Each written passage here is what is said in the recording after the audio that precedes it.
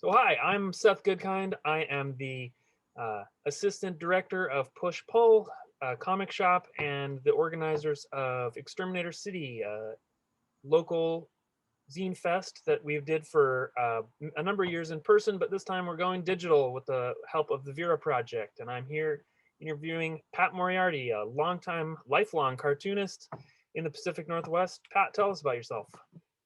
Hi, yeah, I'm Pat, and most people in the Northwest in the cartooning scene have probably heard of me because I used to work at Fantagraphics back in the '90s when I first moved to Seattle, and um, been doing comics and mini comics and working in anthologies and lots of freelance illustration and done lots of music related posters and record covers and stuff for Northwest bands. For geez, I've been in Seattle since 1990, like 30 years. It's like time flies. I still feel like a young guy. I still have long hair and I still smoke pot and I still like punk rock and I still draw cartoons, but I'm not part of the youth culture anymore. I really realize that now. I'm 59 years old, but I'm still stubbornly drawing cartoons for hopefully for my living. It's a Well, I'm challenge now. I'm kind of excited to talk to you because I'm a cartoonist myself. I've only been involved in the Seattle cartooning community for 6 or 7 years. So we have a lot of mutual friends, but you and I have actually never really hung out together. Of course, No, you don't live in the city, and I do, but yeah, I moved to Port Orchard in the year 2000. Um, I lived in Seattle from about 1990 to 98, and those were the years that I worked as a production artist and then later an art director at Fantagraphics. And I lived in Maple Leaf and also lived in Ballard, that greenhouse that we all lived in, that cartooning house. But when my son Jack was born, I moved to Port Orchard. My wife and kid moved out here, and I've been out here ever since. But it's only 14 miles away. The way the crow flies, you can see the Space Needle across the water. It's not that far, but it's a 55-minute ferry ride, and I come to see, well, before the pandemic, I came to Seattle pretty often, to like go to the showbox or go someplace and see a show or something and then make the ferry back. And I also taught at the Seattle Art Institute for 11 years in their animation department before crime and corruption overtook the entire franchise. And I think all the schools closed down nationwide last year. And so I've been freelancing out of my home ever since I quit Fantagraphics in '98. I've been a freelance cartoonist. Worked for Nickelodeon magazine for almost that whole run, and I worked for National Geographic Kids magazine, and I've probably done a couple hundred record covers by now, and just all kinds of cartoon related work. I've even gotten into animation, and just before the pandemic, I had created an animated short with my friend Seth Zeichner, and it went to a bunch of film festivals and won some awards and everything. And it was all ready to do some underground comic style animation, and that all came to a screeching halt. The last festival it was in was an online festival because of the pandemic, and a lot of potential opportunities are on hold, like for so many people. yeah, yeah, that's a common story that a lot of people are telling these days. I am optimistic though, and I think this is temporary. So I'm curious, what do you think? It seems like you were saying that you've done a ton of stuff for bands, and it seems like a lot of the '90s Seattle cartooning community was really really closely involved with the music community back then. Yeah, the grunge punk rock and comics were sort of a blur, and so that was fun. It kind of culminated with Peter Baggs' Hate Comics because he sort of was doing a send up of the Seattle music scene before grunge even really hit, and then it came to sort of personify the grunge scene. And so I think that underground comics and rock music kind of merged in the early 90s. And so, yeah, I was a part of that too. I collaborated with Henry Rollins on some comics in my Big Mouth comics. And um, I had done artwork for Sick and Wrong when they were on Sub Pop, and the DTs on Estrus Records, and the Von Zippers from Calgary, Canada, and the Boss Martians. Uh, uh, got lots of bands. And I think cartoons and punk rock go together pretty well.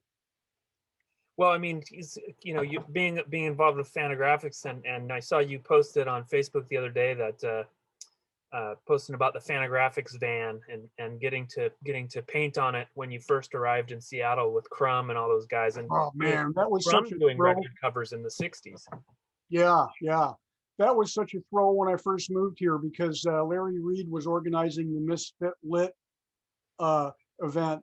And so, like, one of the very first things that I did as a production artist at Fantagraphics was I did the color separations for the poster that Dan Klaus did for Misfit Lit. I had to do all of the overlays on film, rubylith film, and cut out all the color separations, and then look at the proofs and all that kind of stuff.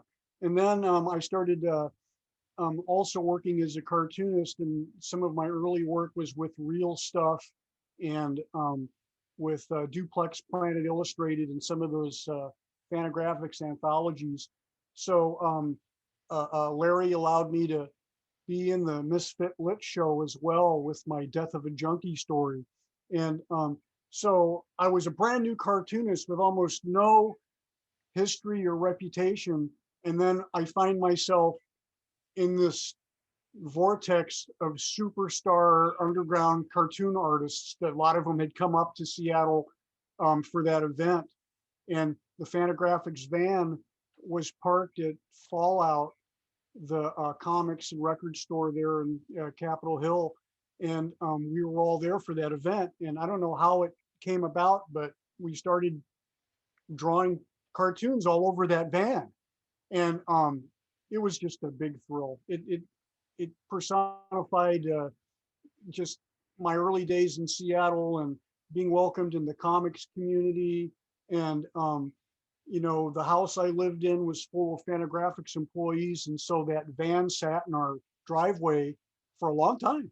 And I even went down to the San Diego Comic-Con hauling comic books and stuff, and it was all like a little bit too much. It was too good to be true. Getting to be a Fantagraphics employee, getting my comics published, and then meeting all of my heroes, and then even like participating in that in the little way that I did, because I was definitely, one of the least known cartoonists to paint on that van. And so Jeremy Eaton, who was one of my roommates in that house in Ballard, he did that painting of the van. Right. And it's a super good painting. In a way, it's almost a glorified version of the van, because there's no rust and it looks more like a hot rod, and the artwork's really sharp. And so I saw that he was selling it, and I just had to have it. I just had to have that painting. And I paid for it on the installment plan. I sent him $100 every once in a while until I finally got the painting. And then I just posted it the other day. I got it framed and everything, and it just warms my heart. Jeremy's an excellent artist, and he was a Fantagraphics comics artist before he turned into the painter that he is now. And so I have so many great memories and friends with Eric Reynolds and Andy Schmidt and Jeremy and Al Columbia and J.R. Williams, and so many artists that came and went living in that house. It's hard to believe. It seems like a dream now, because it's like 20 years ago, 25 years ago. Yeah, you mentioned that it was like almost too good to be true, like just getting welcomed into the cartooning community. And like I said, I've only been a part of it for a few years. I got involved with the Intruder group and through Dune and stuff. But that was kind of my experience too. Is I kind of, when I met those people, it was like really kind of life changing for me. And it seems like the stories I hear about the cartooning community, at least here, I don't know about anywhere else, but here it just seems so welcoming and warm. Yeah.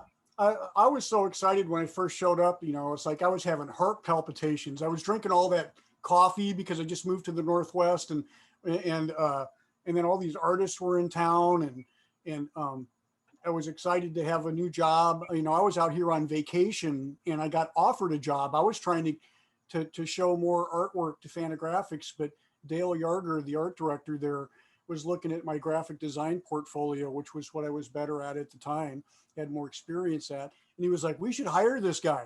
And so he talked to Kim and Gary into hiring me.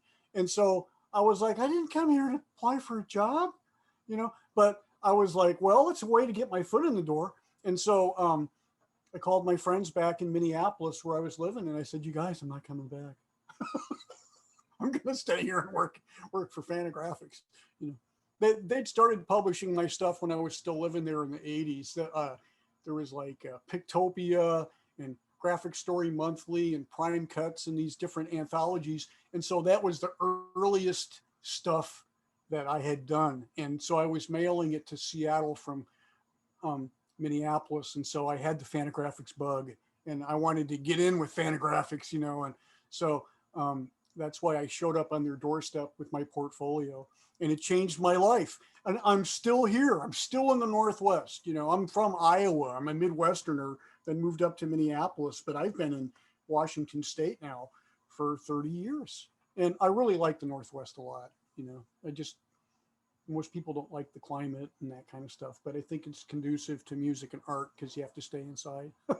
Yeah, I was born and raised in New Mexico, and I wasn't sure that I was going to like the weather up here, but I've been here for 20 years. So Yeah. My wife and I recently divorced, and she moved down to Tucson. It was amicable, and we're friends and stuff. But she practically divorced the entire Northwest because she never did like the climate up here, yeah. the gray skies and stuff. Some people can't take it. Yeah. It can affect your mood. But I'm Irish, so I'm pale. I think I'm genetically programmed for fog and rain, so I'm good. So you've been here for 30 years. What do you think of the? I was talking to Larry Reed, I don't know how long ago, a couple of years probably, and we were talking about all of the prolific amount of cartoonists that were producing stuff in Seattle, just in the kind of this most recent round that I've been a part of with Intruder and Dune and all that stuff. And he mentioned, I think he said that at one point Tony Millionaire was in the store and was looking at through all the little indies, self-published indies, and was like, oh man, if I was trying to make it now, I would just give up. Yeah. There's so much of it. What do you think? There was a big boom in the 90s when I showed up. It kind of like turned into like a hub for cartoonists, and more showed up after me. I felt like I was just by chance one of the early ones. But my observation over the years is that the cartooning scene has done nothing but grow and improve. And like with the advent of short run, that event, and with a younger generation of cartoonists that are like 10, 15 years younger than me, started doing their stuff like The Intruder, and guys like Max Clotfilter and Kelly Fro and all of those, Tom Van Dusen, and there just seemed to be a new gang of artists that I admired, and so it just gave me more optimism. I think it's harder to make a living. Well, it's always been hard to make a living, especially with underground comics. It has to be more of a passion or a lust to do it, and you can't really be financially motivated. There's easier, better ways to make a living.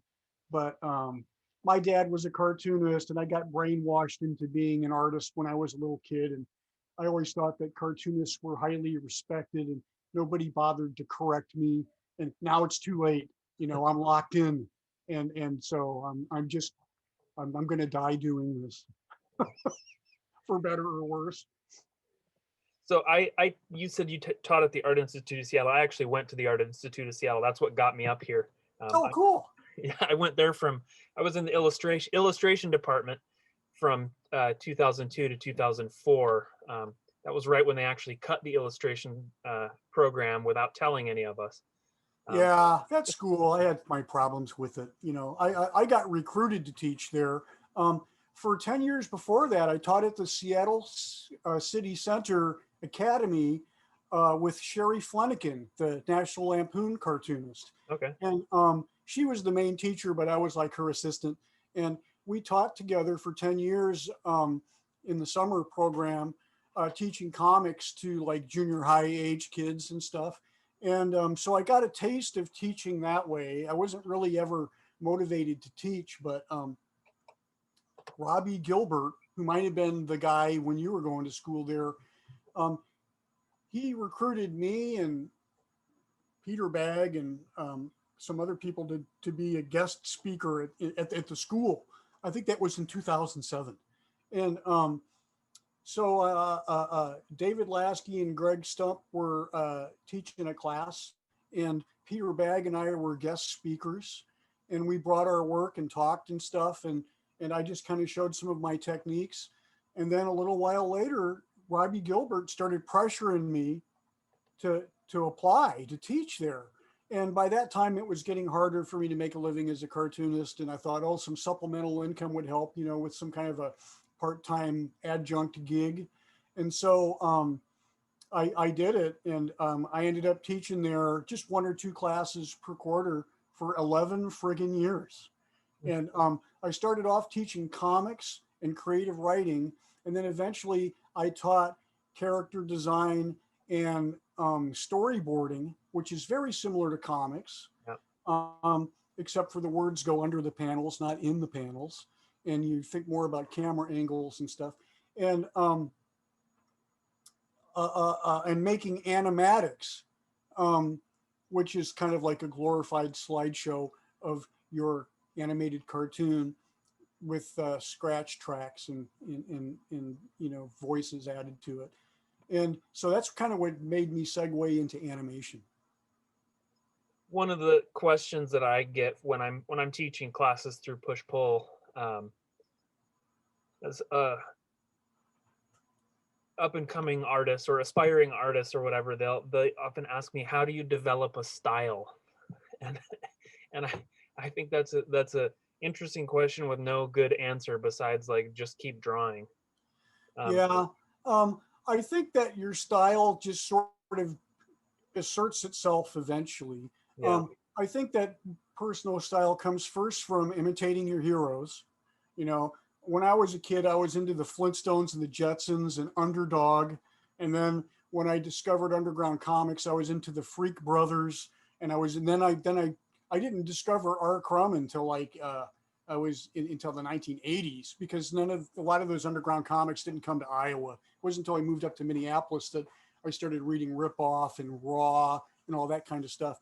But I was imitating my heroes. And then eventually I thought, you know, don't look at this stuff too much because you're just going to be a copycat. Yeah. And so I tried not to look at that stuff, but Gilbert Sheldon and Art Crumb are so deeply ingrained into my psyche that I don't need to look at their work in that sort of crosshatchy Bigfoot cartooning stuff kind of just comes out of me now. And I don't think my work looks like either of those guys now. I think that I've kind of developed my own style, and I think people have told me a lot of times that they can tell my work from a mile away. Like they don't need to look at the signature and they can tell that I drew it, you know? So I think that style just comes naturally after you just, like you say, draw a lot. Yeah. And if you have a host of heroes, they kind of turn into a soup that develops your personal style. And Yeah. also, if you really try to copy somebody, it never does. I mean, even if I tried to copy Crumb or Gilbert Sheldon, it would smell more like I did it. You know, you can't take yourself out of the equation, you know? Yeah. So Exactly. style might be natural. That's generally what I say when I get asked that question. So I do have one I do have one final question for you, which is a lot of these little festivals, like Short Run. I mean, Short Run's not little anymore, certainly. It's been snowballing, well, Yeah. up until now.